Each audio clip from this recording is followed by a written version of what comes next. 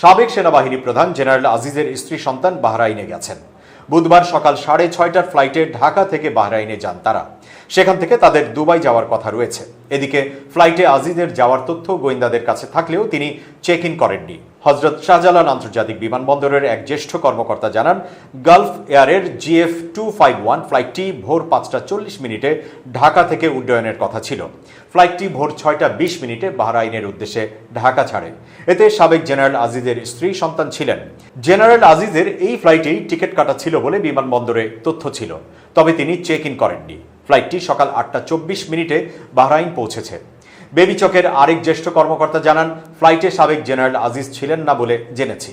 সাবেক এই সেনা প্রধানের বিরুদ্ধে দুর্নীতির অভিযোগ রয়েছে। তিনি 2012 সাল থেকে 4 বছর বাংলাদেশের সীমান্তরক্ষী বাহিনী বিজিবির নেতৃত্ব দেন। তার ভাই হারিস ও জোসেফের নাম বদলে পাসপোর্ট করার বিষয়ে আজিজ আহমেদের সহযোগিতা ছিল বলেও অভিযোগ আছে।